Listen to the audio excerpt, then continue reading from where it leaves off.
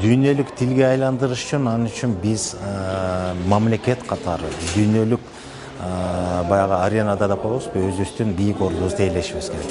Анын үчүн албетте бул бир гана тилге байланыштуу эмес, бул мамлекеттин күчтөнүүсү, эң ириде элдин улуттук аң сезимине байланыштуу, маданиятына байланыштуу, дүйнө таанымына байланыштуу. Анан ошонун баарын өзөгүндө ачкыч катары албетте эне тил турат.